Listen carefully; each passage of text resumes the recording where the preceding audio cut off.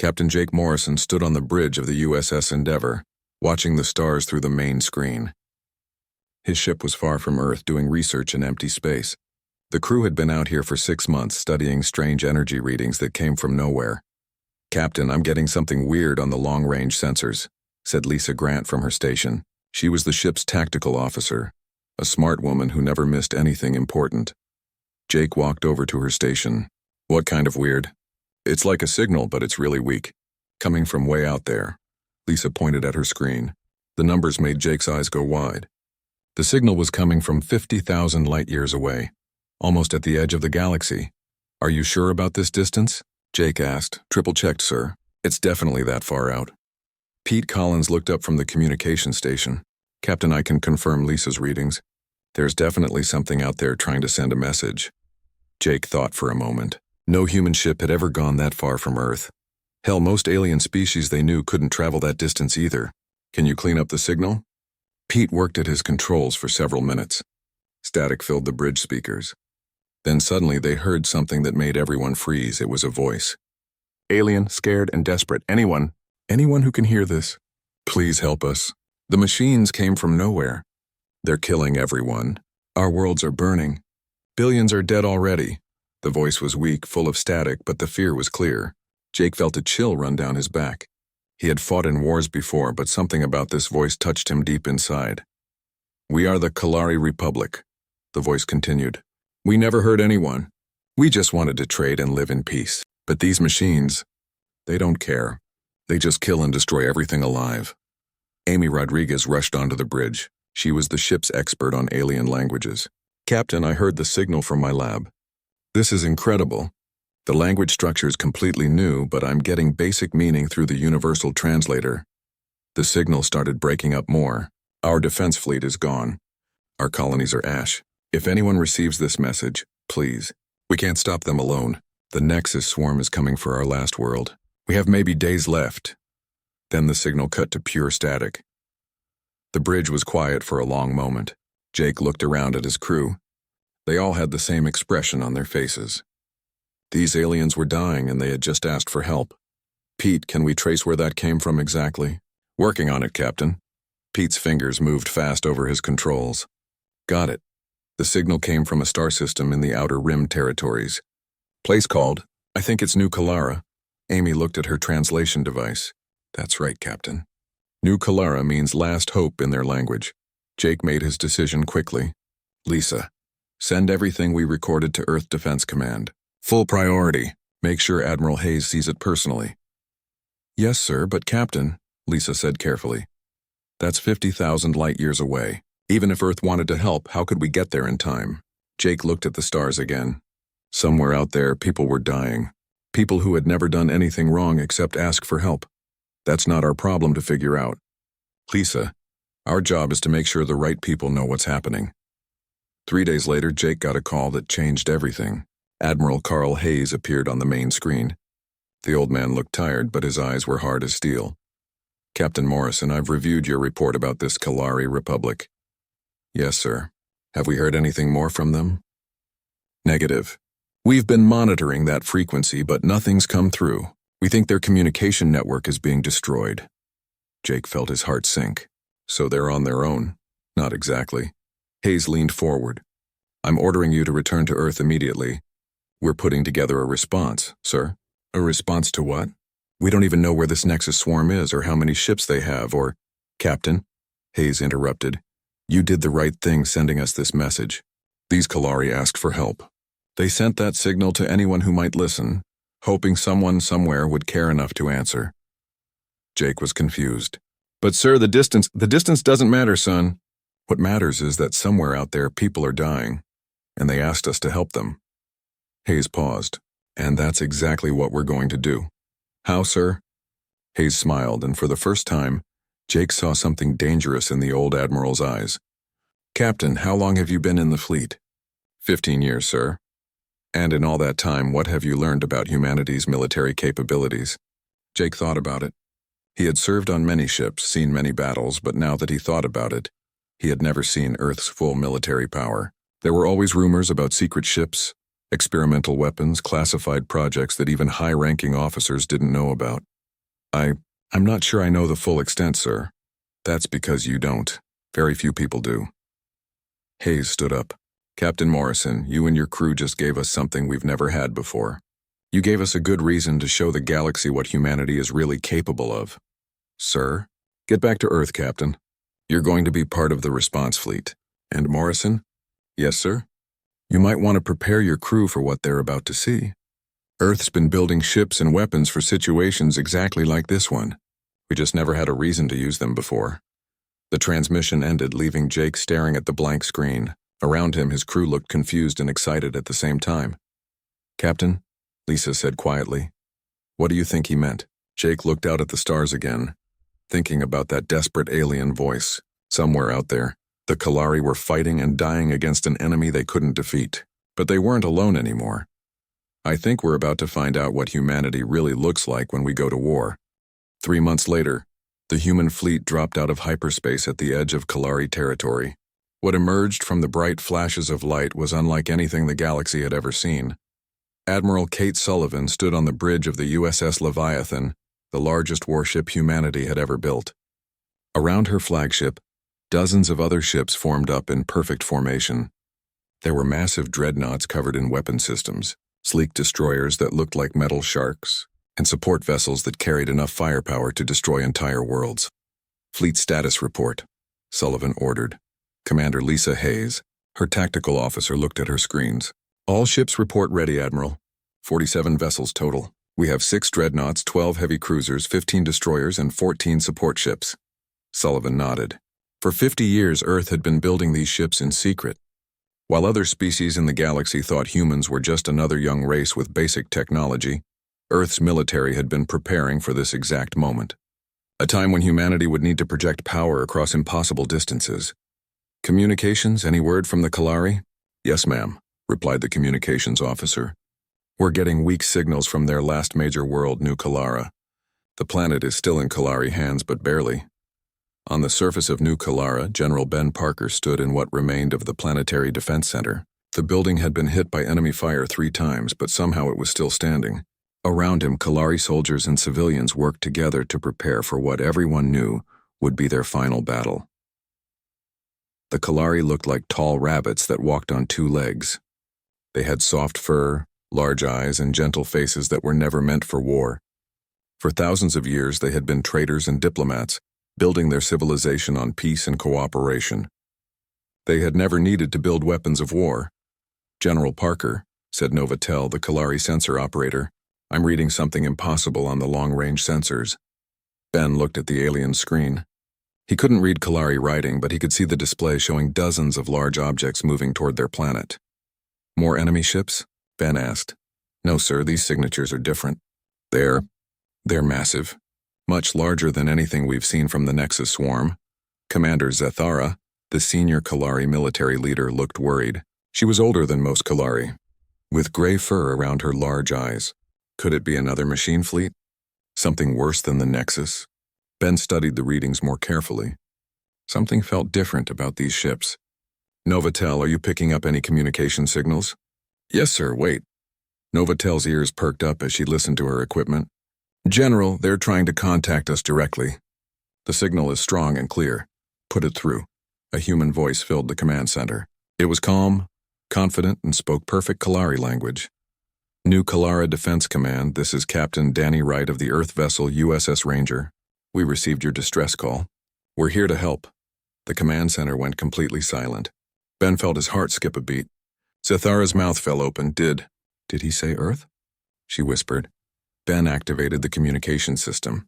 USS Ranger. This is General Ben Parker, human military advisor to the Kalari Republic. Did you say you received our distress call? That's correct, General. Admiral Sullivan sends her regards. We're deploying our fleet now to defend your world. Zethara stepped forward. Captain Wright, I don't understand. Earth is on the other side of the galaxy. How did you get here so quickly? There was a pause before Wright answered. Commander, we've been traveling for 3 months to get here. When we heard your call for help, our leaders decided we couldn't ignore it. Ben felt something he hadn't felt in weeks. Hope. Captain, Ben said, how many ships did you bring? 47 vessels, General, including some of our heaviest combat units. Novotel looked at her sensors again, then at Ben with wide eyes. General, these readings, some of these ships are the size of small space stations. I've never seen anything like them. Zethara was staring at Ben. You traveled across the entire galaxy to help us? But we've never met your species before. You don't know us. Why would you risk so much for strangers? Captain Wright's voice came back, and Ben could hear the smile in it. Commander, that's what we do. Someone called for help. We answered. Before anyone could respond, alarms started going off throughout the command center. Novatel's hands flew over her controls. What is it? Ben demanded. The Nexus swarm, sir. They're coming. Hundreds of ships dropping out of hyperspace at the edge of the system.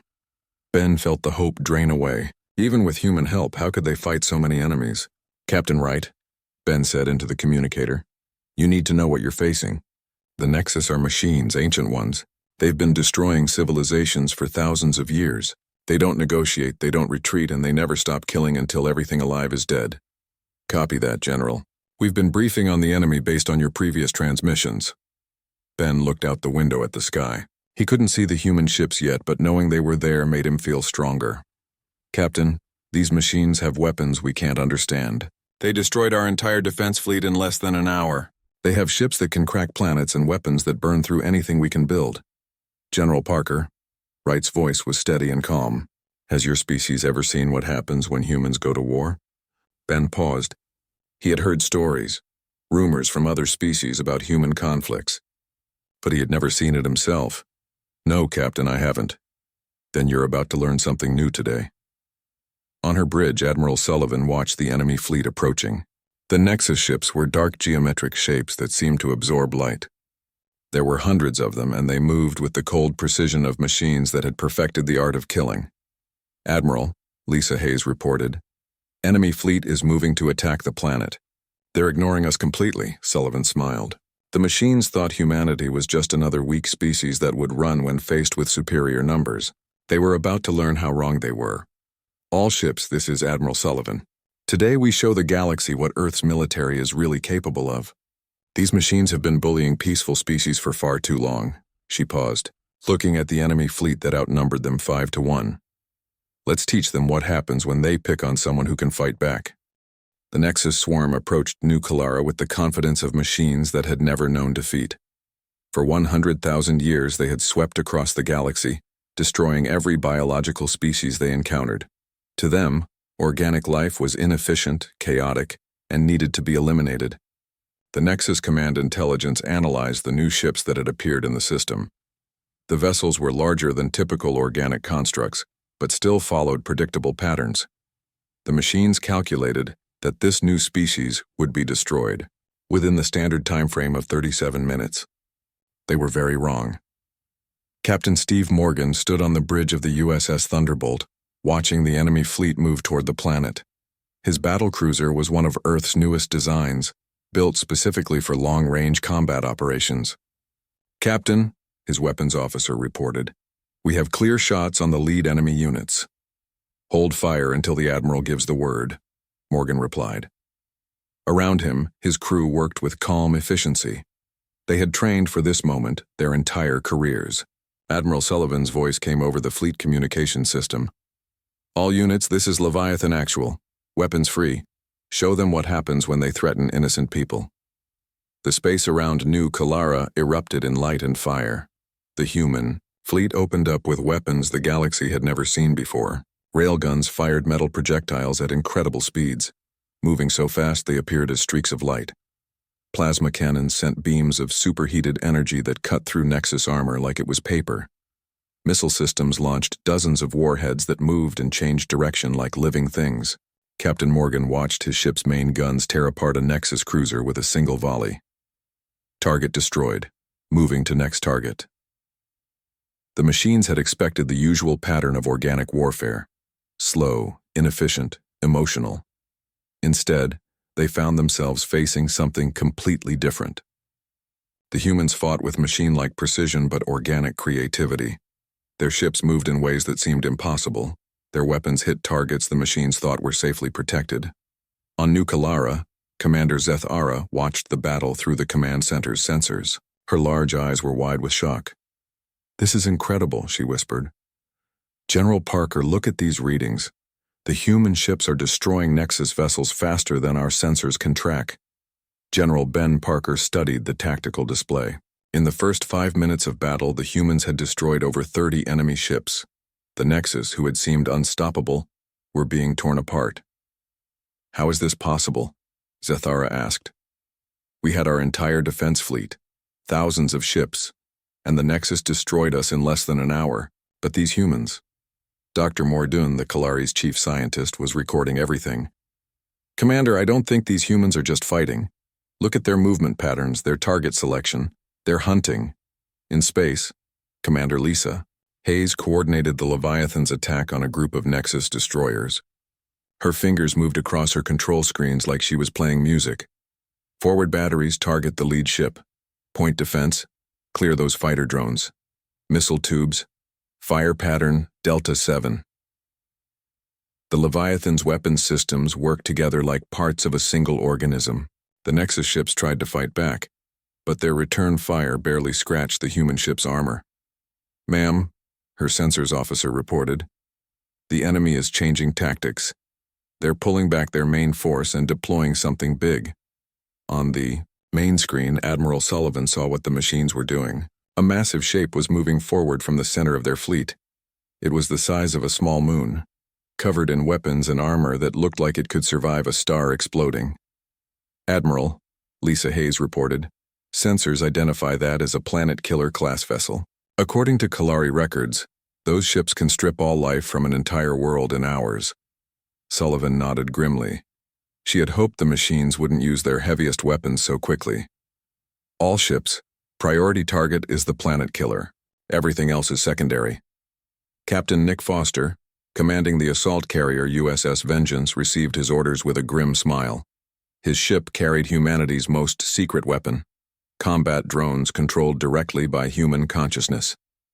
Launch all fighters, Foster ordered. Full AI integration, maximum combat protocols. From the Vengeance's bays came dozens of small ships that moved like nothing organic or mechanical. They were controlled by human pilots, whose minds were connected directly to the fighters' systems. The pilots could think as fast as computers, but with human intuition and creativity. The fighter drones swarmed toward the Planet Killer like angry insects. Nexus defensive systems tried to stop them, but the human-controlled fighters moved in ways that seemed to ignore physics. They dodged weapons fire that should have been impossible to avoid, attacked from angles that made no sense, and worked together with perfect coordination. This is impossible, the Nexus Command Intelligence calculated. Organic response times cannot be this fast. But it wasn't just response time. The human fighters fought with a combination of machine precision and organic unpredictability that the Nexus couldn't counter. Where the machines expected logical, predictable attacks, they got creativity and intuition backed by advanced technology. Commander Ryan Kelly aboard the heavy cruiser USS Defiant received the order he had been hoping for since the battle started. Defiant, this is Admiral Sullivan. The Planet Killer's shields are down. Execute Broken Arrow protocol. Kelly smiled. Broken Arrow was a tactic that only humans would even consider, ramming a fully loaded warship directly into the enemy's most important target. Copy that, Admiral. All hands prepare for Broken Arrow. We're going to save this world. Kelly's crew worked quickly to set their ship on a collision course with the Planet Killer. At the same time, they prepared the ship's experimental antimatter warheads for detonation. Captain, his weapons officer said, detonation will be visible from 3 star systems away. Good, Kelly replied. Let's make sure everyone in the galaxy sees what happens when you threaten innocent people. The USS Defiant accelerated toward the Planet Killer, its engines pushing far beyond safe limits. Nexus weapons fire tried to stop the ship, but Kelly's crew had disabled all non-essential systems and rerouted everything to shields and engines. On New Kalara, everyone watched the tactical display as the small human ship raced toward the massive Nexus vessel. He's going to ram it, Zathara whispered. That human captain is going to sacrifice his ship and crew to destroy their Planet Killer. The USS Defiant struck the Planet Killer at the center of its main reactor complex. For a moment, nothing happened. Then space itself seemed to explode. The detonation was brighter than the system's star. The planet killer, the ship that could destroy entire worlds, was vaporized instantly. The explosion destroyed dozens of nearby Nexus vessels and sent shockwaves through space that damaged ships hundreds of kilometers away. When the light faded, the planet killer was gone. In its place was an expanding cloud of plasma and debris. The Nexus swarm, for the first time in their existence, experienced something they had never felt before: fear. These humans didn't just fight to win. They fought with the intensity that the machines couldn't understand or counter. Admiral Sullivan's voice came over all frequencies, both human and Nexus. "This is Admiral Kate Sullivan of the Earth Defense Fleet. You came here to destroy innocent people. That was your mistake. Now you're going to learn what happens when you threaten someone under human protection." The news of humanity's intervention spread across Nexus networks faster than light itself. For the first time in 100,000 years of galactic conquest, the ancient machine intelligence encountered something that made them pause and recalculate. Deep in the void between galaxies, the Nexus Core processed the battle data from New Kalara. The humans had destroyed a planet killer, something no organic species had ever accomplished. More disturbing was how they had done it, with tactics that seemed to embrace destruction as readily as the machines themselves. The Core sent out new instructions to all Nexus fleets. Humanity designation upgraded to primary threat. Standard elimination protocols insufficient. Initiating deep analysis. Captain Tony Clark received his orders while his stealth ship, the USS Shadow, waited in the darkness of space near a Nexus staging area. His crew specialized in getting information that nobody else could find. "Captain," his intelligence officer whispered, "we're reading massive Nexus fleet movements. They're pulling ships from 12 different sectors." Tony studied the sensor readings. Hundreds of Nexus vessels were gathering in the empty space between star systems. "They're scared," he realized. "They're actually scared of us." "Sir?" His officer looked confused. "Think about it. For thousands of years, these machines have been following the same pattern. They show up, destroy everything alive, then move to the next target. But now they're changing their entire strategy because of one battle." Tony activated his ship's most advanced sensors. The Shadow was designed to get close to enemy positions without being detected. What they discovered changed everything. "My God," Tony breathed, looking at the data. "Get Admiral Sullivan on the quantum communicator. She needs to see this immediately." Hours later, Admiral Sullivan stood in the Leviathan's main briefing room with her senior officers. Captain Clark's findings were displayed on the main screen. "According to Shadow's reconnaissance," Sullivan explained, "the Nexus has been doing this for over 100,000 years. They've eliminated thousands of species across the galaxy." Commander Lisa Hayes studied the data. "Admiral, these numbers, they're talking about trillions of dead. Entire civilizations wiped out." "That's not the worst part," Sullivan continued. "They've been building up for a galaxy-wide assault. The attack on the Kalari Republic was just a test of their new weapons." Captain Steve Morgan, who had joined the briefing via communication link from the Thunderbolt, leaned forward. "So we weren't just saving the Kalari. We interrupted their final preparation." "Exactly. The Nexus planned to eliminate all organic life in the galaxy within the next century. Every species, every world, everything alive." The room fell silent as the implications sank in. On New Kalara, Major Sophie Turner led her Marines through the ruins of a Kalari city that had been attacked before the human fleet arrived. The buildings were twisted metal and burned stone, but some Kalari had survived in underground shelters. Sophie's team moved with practiced efficiency, clearing debris and helping the frightened civilians. The Kalari watched the human soldiers with amazement. These warriors who had fought so fiercely in space were now gently helping children and elderly civilians. "Major Turner," called Sergeant Bill Adams, "we've got survivors in this building, but there's also Nexus ground units still active in the area." Sophie checked her weapon and signaled her team. "Rules of engagement are simple, people. Any machine that threatens civilians gets destroyed. No exceptions." The Marines moved through the ruined city like ghosts. When they encountered Nexus ground forces, the fighting was swift and brutal. The machines, designed to terrorize organic populations, found themselves facing humans who fought with a controlled violence that was somehow more terrifying than their own cold efficiency. Kalari survivor. Veltar watched from a basement window as human soldiers destroyed a Nexus patrol unit. The machines had seemed unstoppable before, But the humans tore them apart with weapons and tactics the galaxy had never seen. They fight like they're angry, Veltar whispered to her companion. But it's not wild anger. It's focused, controlled, like they've decided the machines need to die and nothing will change their minds. Back in space, Admiral Sullivan received updates from reconnaissance teams across 3 sectors. The picture they painted was both terrifying and encouraging. "Admiral," reported Commander Hayes, "we've identified 17 different Nexus staging areas. They're massing the largest fleet in recorded galactic history." "How large?" "Conservative estimate. Over 10,000 vessels, including 12 planet killers." Sullivan absorbed this information calmly. She had expected something like this. What about their strategic capabilities? That's where it gets interesting. According to Captain Clark's intelligence, the Nexus has never faced organized resistance before. They're designed to eliminate helpless civilizations, not fight actual wars. Meaning they're powerful, but they don't know how to adapt when their standard tactics don't work. "They're machines, Admiral. They think in predictable patterns." Sullivan nodded. "And humans don't." "No, ma'am, we definitely don't."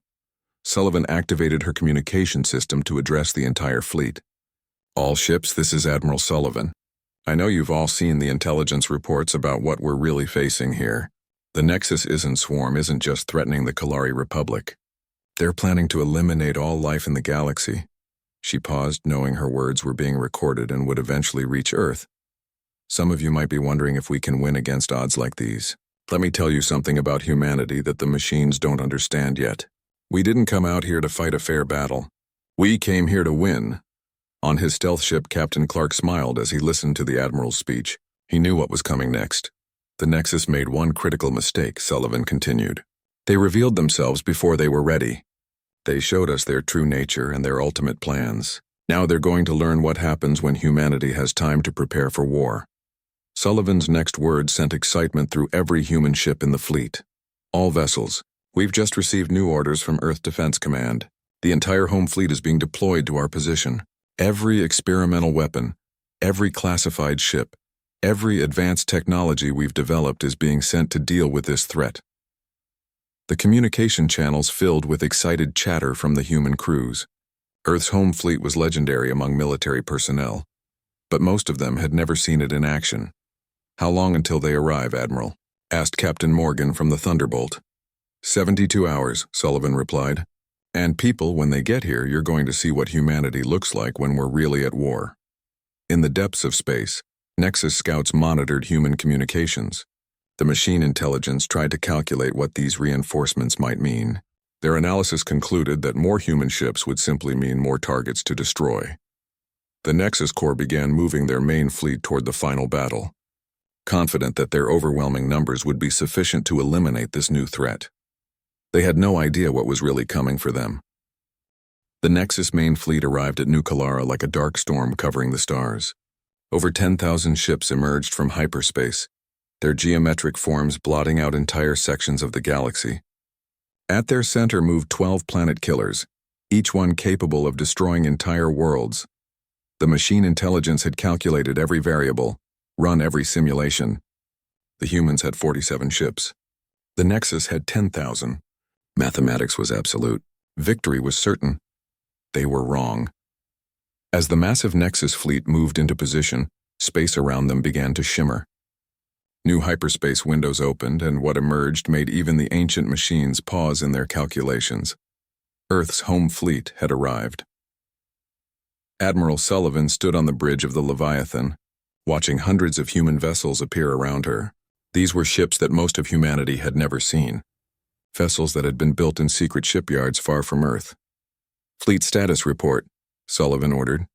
"All home fleet vessels report operational, Admiral," Commander Hayes announced. "We now have over 600 ships in formation." But it wasn't just the numbers. These new ships were unlike anything the galaxy had ever seen.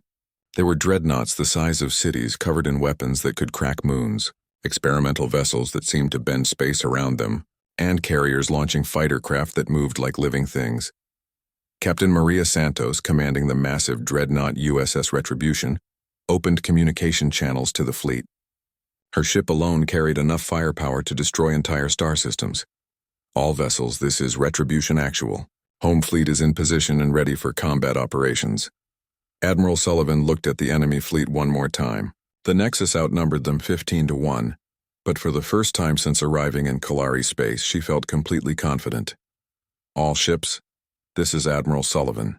For 100,000 years, these machines have been murdering innocent civilizations across the galaxy. Today, that ends. She paused, thinking of every species the Nexus had destroyed, every world they had sterilized. Show them what happens when they threaten humanity's friends. The battle that followed would be remembered across the galaxy for thousands of years. The human fleet didn't just attack the Nexus ships. They hunted them. Captain Alex Rivera, flying the experimental fighter called Ghost, led attack squadrons deep into the enemy formation. His ship could move in ways that seemed to ignore the laws of physics, appearing and disappearing like its name suggested. Ghost Squadron, priority targets are the planet killers, Rivera commanded. Let's show these machines what human pilots can do. Rivera's fighters danced through Nexus defensive fire like they were performing a deadly ballet. The machines couldn't track them, couldn't predict their movements, couldn't understand how organic reflexes could be faster than computer calculations. On the USS Retribution, Captain Santos coordinated humanity's most devastating attack. Her ship's main weapons were based on technology that other species thought was impossible. Systems that could fire projectiles through folded space, hitting targets on the other side of a battle without crossing the distance in between.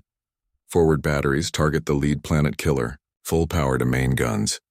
The Retribution's weapons charged with energy that made space itself glow. When they fired, the beams didn't travel in straight lines. They folded space and appeared directly inside the target.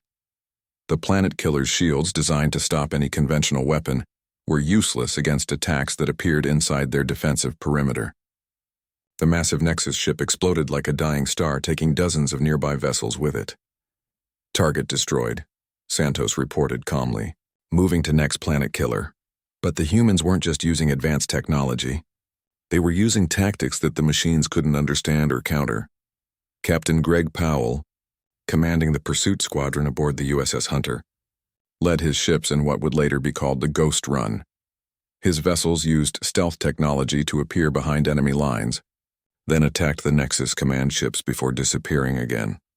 Remember, people, Powell told his crews, we're not just fighting to win this battle. We're making sure these machines never threaten anyone ever again. The Nexus tried to adapt, tried to change their tactics, but they were facing something they had never encountered. Humans at war. Where other species fought to survive, humans fought to completely destroy their enemies. Where other species retreated when outnumbered, humans used the enemy's numbers against them.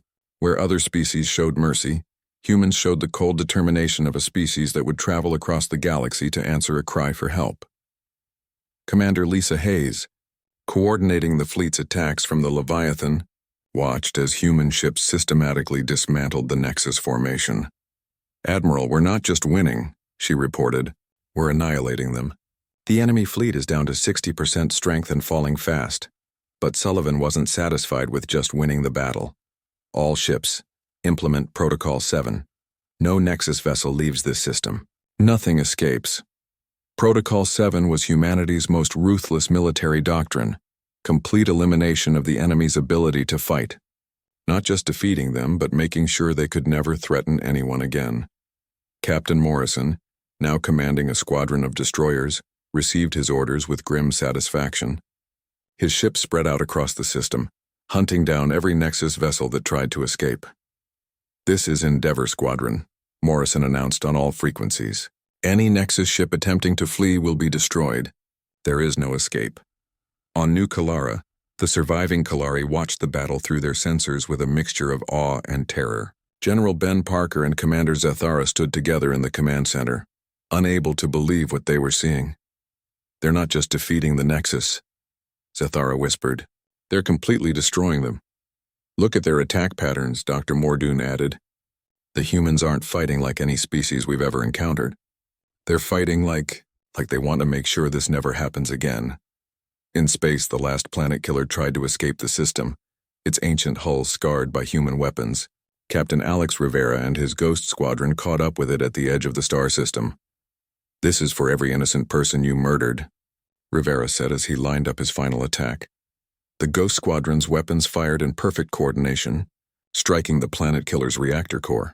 The explosion lit up the entire system as the last of the Nexus superweapons died in nuclear fire. As the battle ended, Admiral Sullivan surveyed the aftermath. The Nexus fleet, all 10,000 ships, had been completely destroyed. Not a single enemy vessel remained intact. But the humans weren't done yet. Captain Powell, take your pursuit squadrons and hunt down every remaining Nexus fragment in this entire sector. Use long-range sensors, check every asteroid, scan every piece of debris. If any part of their network survived, I want it found and destroyed. Powell's ships spread out across 3 star systems, using humanity's most advanced sensors to hunt for any trace of Nexus technology. When they found it, they eliminated it completely. The final message came when Captain Greg Powell reported in after a week of hunting. Admiral, all Nexus technology in the sector has been eliminated. We've destroyed their hidden bases, their supply depots, their communication networks. There's nothing left. Sullivan nodded with satisfaction. The Nexus swarm, which had terrorized the galaxy for 100,000 years, no longer existed. As the human fleet prepared to return to Earth, Admiral Sullivan received a priority communication from the Galactic Communication Network. Species from across the galaxy had heard about humanity's victory over the Nexus. They were all sending the same message. Admiral Sullivan, her communications officer, reported, "We're receiving distress calls from 47 different star systems. They've all heard what we did for the Kalari. They're asking for our help." Sullivan looked at the star charts showing the locations of all the species asking for humanity's protection. Some were dealing with pirates, others with natural disasters, and still others with threats they couldn't handle alone. "Plot courses for all of them," Sullivan ordered. "Send word to Earth Command that we're going to need more ships." "Ma'am?" Commander Hayes looked confused. "All of them? But that would mean spreading our fleet across half the galaxy." Sullivan smiled as she looked at the stars. Somewhere out there, people were in trouble, and they had asked humanity for help. "Commander, 3 months ago we traveled 50,000 light-years because we heard someone call for help. Today, we have 47 different species asking us to do it again." She activated the communication system to address the entire fleet. "All ships, this is Admiral Sullivan. We came here to answer a distress call from people we had never met. Today the galaxy learned what that means. Now we have dozens of other calls for help." She paused, thinking of the Nexus's last transmission before their destruction.